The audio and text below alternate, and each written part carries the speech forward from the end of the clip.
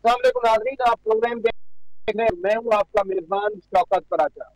फिर आखिर आज मियां मोहम्मद नवाज शरीफ किसी भी पार्लियामेंट के रुकन बनने के नाअहल हो गए और ये नाअहली ताहयात हो गई। वो हर पार्लियामेंट के रुकन नहीं बन सकेंगे जब तक ये डिक्लेरेशन मौजूद रहेगा। मियां नवाज शरीफ के खिलाफ 4 फैसले आ चुके, 5वां अभी रहता है, यानी एहतसाब अदालत ने अपना फैसला करना है। और वो भी जो डेडलाइन सुप्रीम कोर्ट ने दी थी उसमें 2 महीने की तोसी हुई और अब अगले महीने तक वो भी खत्म हो जाएगी, तो वो फैसला भी हमारे सामने आ जाएगा। आज का बहुत अहम फैसला है क्योंकि जहांगीर तरीन भी जिंदगी भर के लिए नाअहल हो गए और मियां मोहम्मद नवाज शरीफ भी अब जिंदगी भर रुकने पार्लियामेंट नहीं बन सकते। यकीन पाकिस्तान की सियासत पे इसके असरात होंगे। हम इन्हीं मौजूआत पर बात करेंगे। मेहमानों का तारफ करा देता हूँ। इस्लामाबाद स्टूडियो में मौजूद है सेनेटर डॉक्टर मुसद्दिक मलिक साहब, मुस्लिम लीग के मरकजी रहनुमा है, मामले वज़ीर आज़म के तर्जमान भी हैं। बहुत शुक्रिया डॉक्टर साहब, आपने वक्त किया। इस्लामाबाद स्टूडियो में दूसरे मेहमान मौजूद हैं जनाब आरिफ चौधरी साहब, कानूनी और आईनी नुकात को बड़ी बारीक बीनी से देखते हैं। बहुत शुक्रिया चौधरी साहब, आपने वक्त दिया। मुझे ज्वाइन कर रही हैं नफीसा शाह साहिबा, पीपल्स पार्टी की रुकन कौमी असेंबली है और बहुत संजीदा मौजूद पर हम इनको करते हैं। बहुत शुक्रिया शाह साहिबा, आपने वक्त दिया। और पीटीआई के रहनुमा इमरान इस्माइल भी हमें थोड़ी देर में ज्वाइन करेंगे। नफीसा शाह साहिबा, आप अपोजिशन की एक बड़ी मेंबर है, बड़ी आवाज है आपकी, आप सही प्रोग्राम का आगाज करते हैं। की क़यादत शहीद मोहतरमा बेनजीर भुट्टो या आसिफ अली जरदारी बड़ा अरसा अदालतों के चक्कर लगाते रहे। एक दफा तो अदालत ने सजा भी दे दी थी, लेकिन फिर वो सजा खत्म हुई। तो क्या अदालती फैसले से मियां नवाज शरीफ की सियासत हमेशा खत्म हो गई? आज देखिए, मैं पहले तो इस फैसले पर बात करूंगी कि इस फैसले को कबूल करना चाहिए सब जमातों को, बिलखुसूस मुस्लिम लीग नून को। और इस फैसले से ये मैं ज़रूर कहूँगी कि पार्लियामेंट जो है उसको न सिर्फ इस फैसला, लेकिन माजी में जो 1-1.5 साल से जुडिशलाइजेशन हुई है पाकिस्तान में सियासत की, उसने पार्लियामेंट को कमज़ोर किया है। आपने कल भी सुना होगा कि कल जब ओवरसीज़ पाकिस्तानीज़ जिस इशू को पार्लियामेंट थी उसको फिर सुप्रीम कोर्ट ने उसकी हियरिंग की और वहाँ पर पार्लियामेंटेरियंस बुलाए गए। लेकिन ये क्यों हुआ है? ये इस वजह से हुआ है कि असल से मुस्लिम लीग नून और पीटीआई इश्यूज जो पार्लियामेंट के अंदर तय होने चाहिए उनको उन्होंने कोर्ट रूम में लेके गए हैं और कोर्ट्स को उन मामलात में धकेला है। और ये आप देखें कि खुद कोर्ट्स के अंदर भी ये डायलॉग छिड़ गया है। कई बार एसोसिएशंस ने इस बात की निशानदगी की है कि आया ये ओवररीच, जुडिशल ओवररीच है या नहीं। तो फैसला तो सुप्रीम कोर्ट का है, वो कबूलना चाहिए। लेकिन तशवीशनाक बात यह है कि पीटीआई और पीएमएलएन जो है उन्होंने वो मैटर्स जो पार्लियामेंट के दायरेकार में थे उनको ड्रैग किया। और जिस आर्टिकल की बात हो रही है 62-63, हमने मौका दिया, एक मौका था, तारीखी मौका था 18th अमेंडमेंट का। और एक बात नहीं, ये कई दफ़ा उन्होंने ऐसे केसेस हुए हैं कि उन्होंने पार्लियामेंट से बचने के लिए, पार्लियामेंट को चक्कर देने के लिए वो चले गए जुडिशरी में। अब जुडिशरी जब आप अपने मैटर्स दायरे में देंगे, फिर उनके पास सिर्फ और सिर्फ कानून और आइन है और उस दायरेकार में उस चीज को देखेंगे, तो उससे आप और न सिर्फ पीएमएलएन ने पार्लियामेंट को कमजोर किया है। और इस वक्त डिबेट है साहब, ओवर जुडिशलिज्म की आप बात सुन रहे हैं। आज का फैसला आ गया, अब पहला भी फैसला आया, फिर दूसरा फैसला आया, फिर तीसरा फैसला आया, आज चौथा फैसला आया। इफ्तिखार चीमा साहब के केस में जब कोई 3.7 मिलियन की उनकी एसेट्स के नाम पे फैसला और आया था। मैं फैसले पे बात कर रहा हूं, फैसले के डिफरेंट डायमेंशन की बात कर रहा हूं। आपके नजदीक ये ज्यादा सख्त फैसला क्यों आया है? 1 साल हो सकती थी, 5 साल हो सकती थी, 10 साल नाअहली होती, ताहयात नाअहली कर दी गई 62(1)F के तहत। आपकी ओपिनियन, सख्त फैसला क्यों आया? फैसला बिल्कुल सख्त नहीं है। उसकी वजह यह है कि जो आप तजवीज़ दे रहे हैं, अगर कोई तयन करती सुप्रीम कोर्ट अपने तौर पर मुद्दत का, तो वो ओवर स्टेपिंग होता उसके ऊपर, पार्लियामेंट की जुरिस्डिक्शन के ऊपर। चूँकि सीधी सीधी बात आपके प्रोग्राम में भी, बाकी तमाम प्रोग्रामों में मैंने ये बात हमेशा ये बात कही कि इसके अलावा कोई फैसला हो नहीं सकता, चूँकि बुनियादी तौर पर ये डोमेन जो है कॉन्स्टिट्यूशनल अमेंडमेंट का या लेजिस्लेशन का, ये पार्लियामेंट का है, मुकन्नना का है। और मुकन्नना ने 2 आर्टिकल जो है, आर्टिकल 62(1)F और 63, दोनों के दोनों साथ साथ बनाए, और उन्होंने एक में अहलियत और दूसरे में उन्होंने नाअहलियत रखी। अहलियत जो होती है वो परमानेंट होती है, वो फीचर होता है आपकी पर्सनैलिटी का, आपकी शख्सियत का। और जो डिस्क्वालिफिकेशन होती है वो आप किसी कमीशन या ओमिशन की वजह से, किसी जुर्म की वजह से, किसी की वजह से वो अटेन करते हैं, एक्वायर करते हैं। तो इसलिए उनको दोनों को रखा। जहां तक इसकी अदरवाइज वायरिस का ताल्लुक है, मैं समझता हूं कि ये वो चीज़ है जो सब्जेक्टिविटी पे मबनी है, इसे होना ही नहीं चाहिए था। पार्लियामेंट को इसे बहुत अरसा पहले निकाल देना चाहिए था, बल्कि ऑब्जेक्टिव टेस्ट रखना चाहिए था क्वालिफिकेशंस का। उसमें ये लफ्ज जो किसी तौर पर भी किसी ना किसी तरफ इंटरप्रेट हो सके, उन्हें होना नहीं चाहिए था, चूंकि इसमें डिफिकल्टीज आती हैं, और यही डिफिकल्टी जो अब तक चलती रही है। अब जब पार्लियामेंट के पास है, और पार्लियामेंट के पास आप उनसे ये तवक्को करते हैं कि जो काम यानी अदालत के पास कि जी वो जो काम पार्लियामेंट ने नहीं किया वो अदालत कर दे। अगर वो अदालत करती तो ये ओवर स्टेपिंग होती, और मैं ये समझता हूं कि इसके अलावा कोई फैसला और हो नहीं सकता था। और आपकी जुडिशरी ने इस मामले में जरा बराबर आइन को अलहदा नहीं किया। आइन के मुताबिक चूंकि आइन में तयशुदा मामलात को उन्होंने नहीं छेड़ा, तो इस वजह से उन्होंने ये फैसला किया है। बाकी मैं नहीं समझता कि आपकी जुडिशरी को कोई किसी के साथ बैर है या कोई ऐसा कद है। वो पहले भी जिस तरह नफीसा शाह साहिबा ने फरमाया, मामला खुद हमारी यानी जो नून थी, मुस्लिम लीग नून, वो चाहती थी कि ये अदालत के पास आए, और उनकी मुतअद्दिद स्पीचेज है हमारे फॉर्मर प्राइम मिनिस्टर साहब की, और वो मामला इधर ही रुकिएगा। चर साहब आप डॉक्टर साहब, मैंने डेलिबरेटली 2 और मेहमानों को पहले बात करने की दावत दी, ताकि आप चूंकि आज अफेक्टेड पार्टी हैं, अफेक्टीज हैं आप यकीनन अदरवाइज ओपिनियन रखते होंगे। लेकिन ये जो बार बार नुक्ता आ रहा है 2 पॉइंट्स के हवाले से, एक तो जब पीपल्स पार्टी कहती रही कि इन 2 आर्टिकल्स के हवाले से कुछ काम कर लें हम, नहीं हुआ, आपकी पार्टी रिफ्यूज करती रही।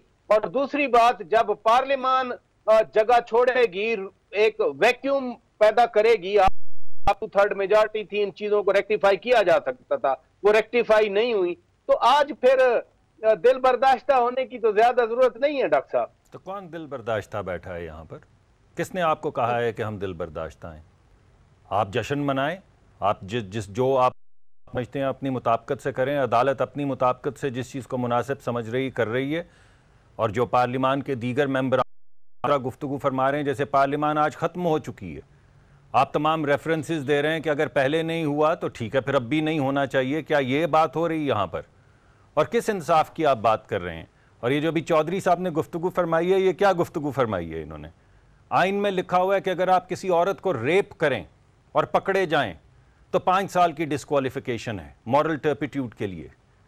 आइन में लिखा हुआ है कि अगर करें और पकड़े जाएं और आपको सजा हो तो 5 साल की डिस्क्वालिफिकेशन है मॉरल टर्पिट्यूड के लिए। आइन में लिखा हुआ है कि अगर आप कोई ऐसी बदउनवानी कर रहे हों, करप्शन कर रहे हों, तो नैब का जो कानून है उसके तहत 63(1)P के तहत साल की डिस्क्वालिफिकेशन है। और आप अपने बेटे से तनख्वाह ना लेने पे सारी ज़िंदगी के लिए नाअहल करार देते हैं, और उसको आप कहते हैं कि ये जस्टिस है और ये बिल्कुल ठीक हुआ है, तो हम क्यों माने? मगर दिल बर्दाश्त किस चीज़ को हों? आपको ये 1.5, 2 लाख का मजमा नज़र नहीं आ रहा? आज सियालकोट में दोबारा नज़र आ जाएगा। दफनाने की नवाज शरीफ को कोशिश करेंगे। नवाज शरीफ नहीं, मेरी जरा गुफ्तगू अगर इजाजत दें तो मुझे जवाब का हक तो मुझे दे देना। सवालात तो आपने बेशुमार पूछ लिए। और आइन ये कहता है कि सिर्फ उस सूरत में, सिर्फ उस सूरत के अंदर आप डिस्क्वालीफाई होते हैं अगर आपका ट्रायल हो गया हो। तो नवाज शरीफ का ट्रायल हो गया है। जो आपने स्टार विटनेस पेश किया है उसने कहा है कि मेरे पास कोई सबूत नहीं है कि नवाज शरीफ ने तनख्वाह ली थी, कोई सबूत नहीं है। 7, 8, 9 दिन खड़ा रहा और एक पर्ची नहीं दे सका जो यह साबित कर सके कि नवाज शरीफ ने तनख्वाह ली। आपने नवाज शरीफ को उस तनख्वाह ना लेने पर या उस तनख्वाह लेने पर डिस्क्वालीफाई किया जिसका कोई सबूत नहीं है, और आपने ता जिंदगी उनको नाअहल किया उस वक्त जब ट्रायल चल रहा है, और उसको आप कह रहे हैं कि यह आइन और कानून की मुताबिकत से सब हो रहा है तो हो लेने दें, इसमें कुछ फर्क नहीं पड़ता, ये पहले भी हो चुका है। आप फरमा रहे हैं कि दिल बर्दाश्ता नहीं है, तो फिर आज के फैसले पे कहेंगे क्या आप? अगर डायरेक्ट यही कहेंगे कि आज शाम को सियालकोट में देख लें और आने वाले इलेक्शन में देख लें। आप क्या करेंगे? नवाज शरीफ से उसका नाम छीनेंगे? आपने सेनेट के इलेक्शन में उनका निशान उनसे छीना, हमारी पार्टी एफिलिएशन उनसे छीना, आपने बगैर किसी मिनिस्टर से डिस्क्वालीफाई किया। आज आपको सबूत नहीं मिल रहे, आप लड़खड़ा रहे हैं नैब की कोर्ट के अंदर। पूरे 9 दिन के अंदर, यानी पूरे पिछले इतने महीनों के अंदर आप एक कागज नहीं दिखा सके जो नवाज शरीफ साहब की मलकियत जाहिर कर सकें, वो एसेट्स जिनकी बुनियाद के ऊपर यह मुकदमा चल रहा है, और वो पर्ची जिसकी बुनियाद के ऊपर एक पे स्लिप अदालत में पूछा गया आपने रिकॉर्ड चेक किया है, वो आपने बैंक अकाउंट चेक किया है कि ये जो आप कह रहे हैं इन्होंने तनख्वाह ली है उस अकाउंट में गई है? जी नहीं। उस पर डिस्क्वालीफाई किया और आज उस पर ताहयात नाअहल कर दिया। सुभान अल्लाह। और मैं आखिरी बात आपको यह भी बता दूं कि इस्लाम के अंदर क्या कहता है। इस्लाम के अंदर जो हज पे आप जाते हैं, इस्लाम में जो आप उम्रा करना जाते हैं, इस्लाम में जो तौबा की गुंजाइश रखी गई है, क्या ये है कोई बात? मुझे नाज़रीन ब्रेक लेना है, ब्रेक के बाद जब वापस आएंगे हम इसी डेवलपमेंट के हवाले से आइंदा आने वाले हालात वाकयात पर बात करेंगे। मुअज़्ज़िज़ मेहमान हमारे साथ मौजूद हैं, stay with us. Welcome back नाज़रीन, आप रूबरू प्रोग्राम देख रहे हैं और हम बात कर रहे हैं आज सुप्रीम कोर्ट के फैसले के तनाजुल के हवाले से, जिसमें मियां मोहम्मद नवाज शरीफ को किसी पार्लियामेंट का रुकन बनने से नाअहल कर दिया गया है। पीटीआई के मर्कजी रहनुमा इमरान इस्माइल साहब हमें ज्वाइन कर चुके हैं। अस्सलाम वालेकुम इमरान इस्माइल साहब। जी वालेकुम सलाम। अब बहुत से पहली बात तो यह है कि आज सुप्रीम कोर्ट ने मियां नवाज शरीफ को ताहयात नाअहल कर दिया। क्या वाकई अब आपकी पार्टी, आप लोग ये समझते हैं कि मियां मोहम्मद नवाज शरीफ की सियासत हमेशा के लिए खत्म हो गई? शुक्रिया शौकत साहब। बात यह है शौकत साहब कि मियां नवाज शरीफ की सियासत तो पहले भी किसी के कंधों पे चढ़ के ही करते थे। वो उनकी अपनी सियासत तो थी नहीं। उनकी सियासी पैदाइश PMLN की किस तरह हुई, कौन से जनरलों के सर पर बैठ के वो नाचते रहे, किसकी उंगली पकड़ के चलते रहे, वो सारी दुनिया को पता है। ज़ियाउल जिलानी, और उसके बाद ये ना ख़त्म होने वाला सिलसिला चलता रहा। और अब अचानक जमहूरियत की उनको इतनी शदीद याद आ गई कि उनको ऐसा लगने लगा है कि अगर वो नहीं होंगे तो जमहूरियत भी नहीं होगी। मैं थोड़ा सा एक रोशनी इस पर डाल दूँ। अभी मैं मुसद्दिक मलिक साहब की मुफस्सिल गुफ्तगू से लुत्फ़अंदोज़ हो रहा था, जो वो फरमा रहे थे कि जी वो तनख्वाह ली, उस पर निकाल दिया और ट्रायल उसका होना बाकी है। बात यह है कि इन्होंने मिस डिक्लेरेशन पे फारिग हुए हैं ये, और मिस डिक्लेरेशन मुसद्दिक मलिक साहब को भी पता है। तनख्वाह ली हो या तनख्वाह ना ली हो, इन्होंने अपने अकाउंट में डिक्लेयर नहीं किया तनख्वाह का। कौन किया है तनख्वाह का? पाकिस्तान का वज़ीर आज़म, पाकिस्तान से बाहर एक मुलाजिम था एक फ़र्म का, जैसे पाकिस्तान के मज़ीद दूसरे वज़रा भी हैं माशाल्लाह। ख्वाजा आसिफ भी मुलाजिम है, उनकी फरागत भी जल्दी आने वाली है, वो उन्होंने भी डिक्लेयर नहीं किया हुआ। तो जहाँ मिस डिक्लेरेशन होती है, और फिर ये अब ये कि वो साबित करें कि इनके अपार्टमेंट्स हैं, इनको ज़रा रिवाइंड करके दिखाएं उनके बच्चों के इंटरव्यूज़ कि अल्हम्दुलिल्लाह ये 1 पार्क लेन भी मेरी हमशीरा का है, अल्हम्दुलिल्लाह ये नेस्कॉल और नीलसन भी मेरी हमशीरा की है। ये सारी बातें किसकी थी? क्या ये वो झूठ बोल रहे थे या ये झूठ बोल रहे हैं? देखें, ये अब ये कौम को चक्कर देने के मूड में है कि जी अब आज सियालकोट का जलसा देख लीजिए, कल फैसलाबाद का जलसा देख लीजिए, तो क्या जलसों में फैसला होता है कि कौन जो है वो चोर है और कौन चोर नहीं है? तो अदालतें खत्म कर देते हैं। कुलभूषण यादव को भी कहते हैं कि जलसा कर ले, अगर बड़ा जलसा कर लेगा तो उसे छोड़ देंगे। इमरान इस्माइल साहब, अदालत का फैसला तो बाइंडिंग है। जब वजीर आजम थे उस वक्त भी बाइंडिंग था, पार्टी सदारत भी छोड़ी, अब ताहयात नाअहल भी हो गए। मुसद्दिक मलिक साहब, चूंकि आपके बारे में उन्होंने कहा, आपके कमेंट्स पे कमेंट किया, आपकी राय लेके फिर मैं आगे जाऊंगा। ये जो फरमा रहे हैं कि अदालतें हैं, इदारे हैं, जलसों की आप बात कर रहे हैं, यकीनन बड़े बड़े जलसे हो रहे हैं, लेकिन जो अदालत का हुक्म होता है वो तो फाइंडिंग होता है। वो आप जलसे कर लें, वो आप कैंपेन चला लें, जो मर्जी कर लें। ये डॉक्ट्रिन ऑफ नेसेसिटी, नजरिया जरूरत किसका हुक्म था? अदालत का नहीं था। भुट्टो जो लगाई गई थी वो किसका हुक्म था? अदालत का नहीं था। ये मार्शल लॉज को जो वैलिडेट किया गया है वो किसने किया है? अदालतों ने नहीं किया है। ये पीसीओ जो था ये किसका हुक्म था? यह अदालतों ने नहीं ओबे किया। तो अगर ये तमाम अदालती हुक्म थे और जिनको तारीख ने जिनको पर खुद तबसरा कर दिया है, सब डिक्टेटरशिप की मिसालें हैं। 58(2)(b) जो है वो डिक्टेटरशिप की मिसाल नहीं है।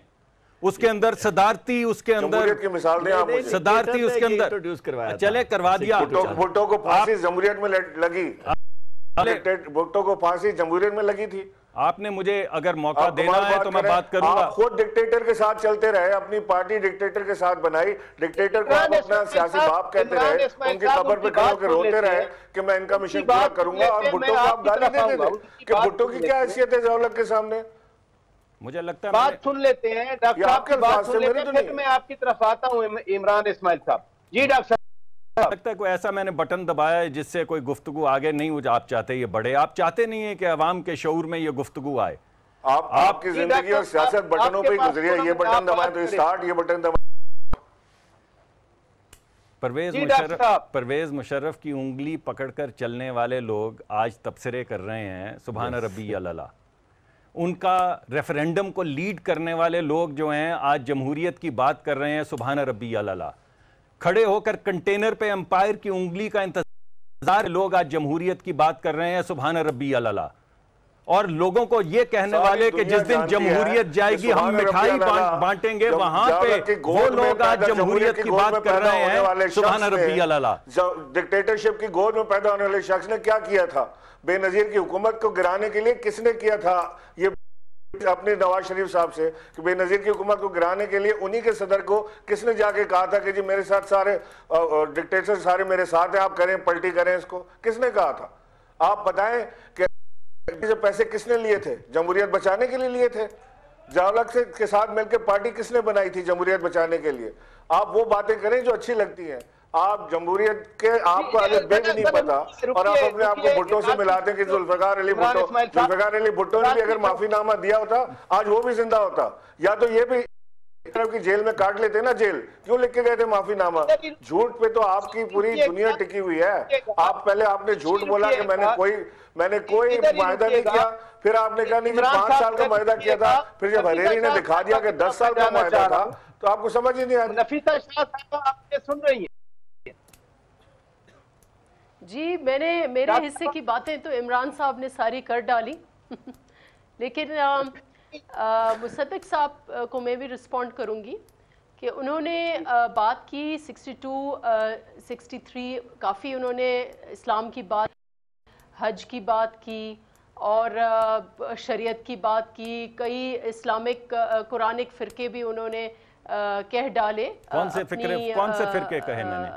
अपने तो जो भी आपने बात कही, तो ये 62, 63 भी इनके इल्म में पता नहीं होगा क्योंकि ये उस वक्त नून के साथ नहीं थे। 62, 63 ज़िया की पैदावार है। ज़िया ने जो इस्लाम के नाम पर एक इस्लामाइजेशन ऑफ लॉ की, उसके नतीजे में 62, 63 आया। और उस वक्त मियाँ साहब अपने तकारीर में जनरल ज़ियाउल हक को अपना रूहानी बाप कहते रहे। आइडियोलॉजी की वो बात करते हैं, आइडियोलॉजिकल बाप उनको कहते रहे और उनके नक्शे कदम पर वो चलते रहे। और 62, 63 इस वक्त कोर्ट्स ने इस बात को जो ये इनका अप्रोच जो है, कोर्ट ने सिंपली 62F के ऊपर रूलिंग दी है कि आइन में आया इसका पीरियड मुकर्रर है या नहीं है, जो मुकर्रर नहीं है और ये अपनी जगह हकीकत। हमने वेगनेस छोड़ी। पार्लियामेंट अगर उसको वेग ना करती, अगर उसमें एक पीरियड तय करती, तो फिर शायद कोर्ट भी उसी डायरेक्शन जो पार्लियामेंट जिस राह पर इस कानून को लेके जाती। लेकिन ये लोग कभी भी, इस वक्त वो नैब की चेंज की बात कर रहे हैं, जब हमने बात की तो ये इंटरेस्टेड नहीं थे। पार्लियामेंट में कभी भी ये लोग इंटरेस्टेड नहीं रहे, आज भी पार्लियामेंट में इंटरेस्टेड मैं ये कह रही हूँ बिल्कुल नहीं है। मियां साहब का इशू ये है, उनकी सियासत और पूछ रहे हैं कि इनकी सियासत का क्या होगा। उनकी सियासत महदूद है अपने आप के ऊपर और अपने ख़ानदान के ऊपर। ना उन्होंने इंस्टीट्यूशंस में कभी यकीन किया है, ना इंस्टीट्यूशंस को उन्होंने स्ट्रेंथन होने दिया है, क्योंकि अगर इंस्टीट्यूशन स्ट्रेंथन होंगी तो शरीफ ख़ानदान का क्या होगा। तो ये जो इस किस्म की पॉलिटिक्स को, इस किस्म की पॉलिटिक्स को तो ब्रेक लेता हूं नाज़रीन। ब्रेक के बाद जब वापस आएंगे तो नफीसा शाह साहिबा नुक्ता उठा रही हैं कि अब मियां साहब की सियासत का क्या होगा, मैं उसी को कंसंट्रेट करना चाह रहा हूं। आने वाले हालात के बारे में हम जरा गुफ्तगू करना चाहते हैं। चारों मुअज़्ज़िज़ मेहमान हमारे साथ मौजूद हैं। तो ब्रेक पर जाने से पहले आरिफ चौधरी साहब के पास मैं यही सवाल छोड़ के जा रहा हूं कि इस तरह से हम केस की बात करते हैं, जुल्फ़िकार अली उसकी केस की बात करते हैं, दूसरे केसेस की बात कर रहे हैं। यकीनन जुल्फ़िकार अली भुट्टो को जिस तरह से फांसी दी गई, आज तक उस फैसले को एक मुसल्लमा अदालती फैसला, इंसाफ पर मबनी फैसला तस्लीम नहीं किया गया। इसको कोई माने। आज जब नून लीग कहती है कि पुराने फैसलों में लैकुना थे, सुकम थे, तो कहीं आने वाले सालों में, आने वाले महीनों में, डेकेड्स में फिर तो हम कुछ ऐसा नहीं देख सकेंगे। ये सारी चीजें हमारी सियासत को मुतासर करती हैं। बात करेंगे ब्रेक के बाद। वेलकम बैक नाज़रीन। हम बात कर रहे हैं मियां मोहम्मद नवाज शरीफ के हवाले से आज सुप्रीम कोर्ट के फैसले के तनाजुर में, जिसमें मियां नवाज शरीफ को किसी भी पार्लियामेंट का रुकन बनने के लिए ताहयात नाअहल करार दे दिया गया। आरिफ चौधरी साहब, आप पर मैंने सवाल छोड़ा था।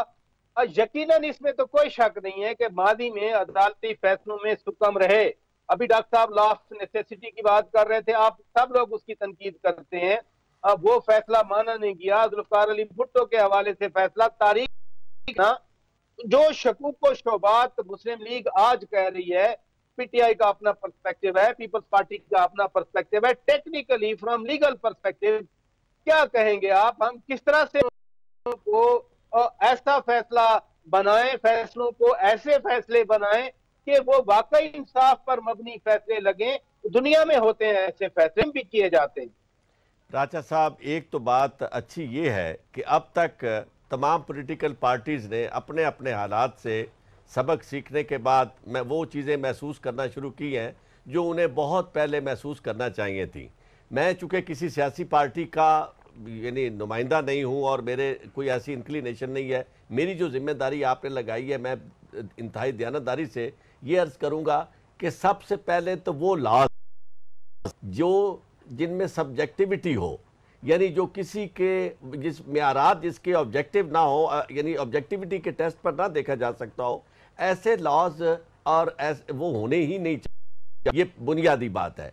दूसरी बात यह है कि पार्लियामेंट को अपना काम इतनी दयानतदारी से करना चाहिए और इस कदर एक्टिव होना चाहिए। ये जो प्रो एक्टिव जुडिशरी की बात करते हैं, पार्लियामेंट को प्रो एक्टिव होना ज़रूरी है कि पार्लियामेंट जो है सबसे पहले तमाम लॉज जो इस वक्त रिडंडेंट हो चुके हैं, बशमूल उन लॉज के जो ज़िया उल हक साहब ने करवाए थे। और एक बात जो नफीसा शाह साहबा कर रही थी, मैं ज़रा थोड़ा सा अपने भाई को भी ये अर्ज़ करना चाहता हूँ कि इस्लामाइजेशन के नाम पर यहाँ सुडानाइजेशन हुई, यानी और अरेबियनाइजेशन हुई। सूडान के सदर थे, साबिक वज़ीर आज़म थे और बीबी जिन्हें बुलाया गया पाकिस्तान में इस्लामाइजेशन के लिए, और उन्होंने इस्लामाइजेशन के नाम पर सिर्फ अल्फाज दे दिए और यही आपको मुकफ़ा मुसज्जा अल्फाज मिलते हैं। और उन अल्फाज की वजह से बुनियादी तौर पर कोई तब्दीली हमारे लॉज के अंदर नहीं आई, बल्कि इतनी कॉम्प्लिकेशन हुई है जिसे सबसे पहले परेशान मैं होता हूं कि जिन्हें ये सारी तकालीफ आ रही हैं और ये सारे इश्यूज आ रहे हैं, वो उन्हें चाहिए था कि सबसे पहले तो वो उन लॉज को देखते और दूसरे लॉज को एक बात एक सेकंड, करप्शन का इशू जो है ये बुनियादी जिम्मेदारी है स्टेट की और स्टेट के हुकूमत की जिम्मेदारी है। हुकूमत को अपने उन इदारों को मजबूत करना चाहिए और अपने आप को इन्हें उनके सामने पेश करना चाहिए, बजाय इसके कि हर शख्स हर हुक्मरान अपने आप को अबाब ला समझे। अगर ये अबाब ला ना समझे अपने सब्जर्विएंट कर रहिए चौधरी साहब, इसी नुक्ते पे रहिए। इमरान साहब, मैं आपकी तरफ आऊंगा। आप कह रहे हैं और आपके लीडर भी बार बार कहते हैं, आपके डिफरेंट लीडर्स कहते हैं कि अब मुस्लिम लीग जा रही है, वो खत्म हो रही है, नई पार्टी आ रही है, नई आएगी। लेकिन नून लीग इतने लोग जा रहे हैं, फिर भी हमें इंटैक्ट नजर आती है। आप ठीक है, जलसों को कानूनी और आईनी फैसलों के तनाजुर में ना देखें, लेकिन जलसों का एक मैसेज होता है। एक बंदा तो आपके पास आया नहीं, चौधरी निसार अली खान। मुस्लिम लीग कैसे तोड़ेंगे आप? मैं तो कोशिश मुस्लिम लीग तोड़ने की, मैं कौन होता हूँ मुस्लिम लीग तोड़ने वाला? मुस्लिम लीग अल्लाह करे क़यामत तक रहे, पाकिस्तान जब तक है मुस्लिम लीग नहीं रहे। सुने मेरी बात, सुन। इमरान खान साहब ने दावत दी थी उनको, क्या है सर, मेरी अर्ज सुन लें। एक चौधरी निसार साहब अगर आज नहीं आए, कल वहां से चले जाएंगे, छोड़ देंगे या पार्टी के साथ रहेंगे, ये कतन उनका फैसला है। इससे आप जज नहीं कर सकते कि क्या कल चौधरी निसार अगर पीटीआई ज्वाइन कर जाएं तो क्या आप ये डिक्लेयर कर देंगे कि मुस्लिम लीग खत्म हो गई? देखिए, मुस्लिम लीग नून जो है ना, ये नून किसी नजरिए का नाम नहीं है। ये नून एक शख्स का नाम है, नवाज, जिसको ताउम्र के लिए पाबंद कर दिया गया कि वो नहीं इलेक्शन लड़ सकता, सियासत में नहीं हिस्सा ले सकता, वो चोर साबित हुए हैं वो, तो लिहाजा वो तो साइड पे हो गए। अब मुस्लिम लीग नून से हो गई मुस्लिम लीग शीन, वो भी शख्स पे आ जाएगी, शख्स पे। जब वो शख्स, अल्लाह उन्हें ज़िंदगी दे, हयाती दे, लेकिन जब वो शख्स नहीं रहेंगे या वो नायल हो जाएंगे या वो सियासत में हिस्सा नहीं लेंगे तो फिर इसका नाम कुछ और हो जाएगा। इस तरह की पार्टियां सर्वाइव नहीं करती ज़्यादा अरसे, जो किसी नज़रिए के बगैर सिर्फ एक शख्सी बुनियाद पर खड़ी हों कि जी क्योंकि नवाज शरीफ हैं और वो इतने पॉपुलर हैं कि जी वो होंगे तो पार्टी होगी, वो नहीं होंगे तो पार्टी भी नहीं होगी। ये तो इनका स्टैंड है, मेरा तो नहीं है। मैं तो आपसे एक अर्ज कर रहा हूँ पॉलिटिकल सिनेरियो को देखते हुए कि एक पार्टी का लीडर जिसके नाम पे पार्टी रजिस्टर्ड है, जो खुद अपने नाम पे खाली रजिस्टर्ड नहीं है, पार्टी का नाम ही उसके नाम पे है, और फेल हो गया है, तो जाहिर है कि ये पार्टी क्रम्बल डाउन करेगी। Of course this party has to go down, चाहे पॉपुलैरिटी में नीचे जाएगी, टूटेगी फूटेगी। इसके एमएनए शौकत साहब, मेरी अर्ज सुने ना, शौकत साहब मेरी अर्ज तो सुने। डॉक्टर साहब के एक नजरिए का नाम वो कहते नहीं है, मियां साहब की पार्टी है, मियां साहब आज नाअहल हो गए, कुछ एमएनए भी छोड़ के जा रहे। कुछ तो लम्हा फिक्रिया बनता है ना एक पार्टी के लिए। पार्टी है, उनकी अपनी राय है, आपकी अपनी राय है, कुछ तो आप सोचते होंगे कि किस डायरेक्शन में जा रहे हैं, इलेक्शन फिर आने वाले हैं। मैंने तो आपके सामने तमाम चीज़ें रख दी हैं। एक केस को फ्रिवलस कहा, फिर एक 5 का बेंच बनाया जमाली साहब का, फिर उस 5 के बेंच ने एक और 5 का बेंच बनाया खोसा साहब का, फिर उस 5 के बेंच ने एक और बेंच बनाया अफजल साहब का, फिर व्हाट्सएप कॉलों के ज़रिए बनाई गई एक जेआईटी, और फिर उस जेआईटी पूरे साल की कार्रवाई के बाद जब असल में मैं जो आपको कह रहा हूँ कि साबित हो गया कि चोर हैं, तो ये किस चीज़ का ट्रायल हो रहा है? अगर साबित हो गया, जब वो वहाँ अदालत में पहुँचे तो ना एसेट नवाज शरीफ साहब से लिंक कर सके और ना वो तनख्वाह जिसके ऊपर डिस्क्वालीफाई किया गया उसका कोई सबूत दे सके, यानी वो एसेट जो लिया ही नहीं। मेरी बात नहीं, मेरी बात नहीं, मैं आपके सवालात का तो नहीं जवाब देने है ना इमरान इस्माइल साहब, मैं अपनी बात करने आया। मैंने तो आपकी बात में इंटरफेयर नहीं किया। अगर आप मॉडरेट मीडिएट नहीं शौकत साहब करना चाहते, अगर शौकत साहब इसको मॉडरेट नहीं करना चाहते तो रहने दें। फिर डॉक्टर साहब आप कंप्लीट करें अपनी बात। तो इन तमाम चीजों के बाद इस चीज पे आपने डिस्क्वालीफाई किया जो अभी साबित नहीं हुई और आज उसको ताहयात कर दिया। और मैं आपसे यह सवाल पूछ कि आइन के अंदर कंसिस्टेंसी नहीं होनी चाहिए। आइन की एक लाइन में लिखा हुआ है कि रेपिस्ट सिर्फ 5 साल के लिए डिस्क्वालीफाइड है, डकैत 5 साल के लिए डिस्क्वालीफाइड है, और अपने बेटे से तनख्वाह जो नहीं ली, जो नहीं साबित हो सकी, उस पर ताहयात डिस्क्वालिफिकेशन। तो कोई तो आगे से अगर आपने भी किया है तो बाकी आइन की मुताबिकत से इंटरप्रेट किया है ना। बाकी सारा आइन कह रहा है मॉरल टर्पिट्यूड 5 साल, बाकी सारा आइन कह रहा है कि अगर करप्शन हुई तो 10 साल, और बेटे से तनख्वाह 4000 जो भी वो दरम थे वो ना लेने पे जो नहीं साबित हो सका, ताहयात। जरा ये समझाएं तो सही कानूनी मुताबिकत, जो आज यहां पे कानूनी लोग बैठे हुए हैं और कह रहे हैं कानूनी तौर पे ये बात बिल्कुल। तो ये कल को अब जब कोई रेप में पकड़ा जाएगा तो उसके साथ क्या होगा? वो सिर्फ 5 साल के लिए जाएगा। इसी नुक्ते पे रहिएगा, इसी नुक्ते पे रहिएगा। नफीसा शाह साहिबा, जब हम एक ओवरऑल पॉलिटिकल इन्वायरमेंट की बात करते हैं, सियासी जमातें उतनी स्ट्रेंथन नहीं हुई मुल्क में जितनी होनी चाहिए थी। आप बार बार जमहूरियत की तारीफ करती हैं, ऐसे फैसले पॉलिटिकल स्ट्रक्चर को मुतासर तो करते हैं ना बिलाखिर।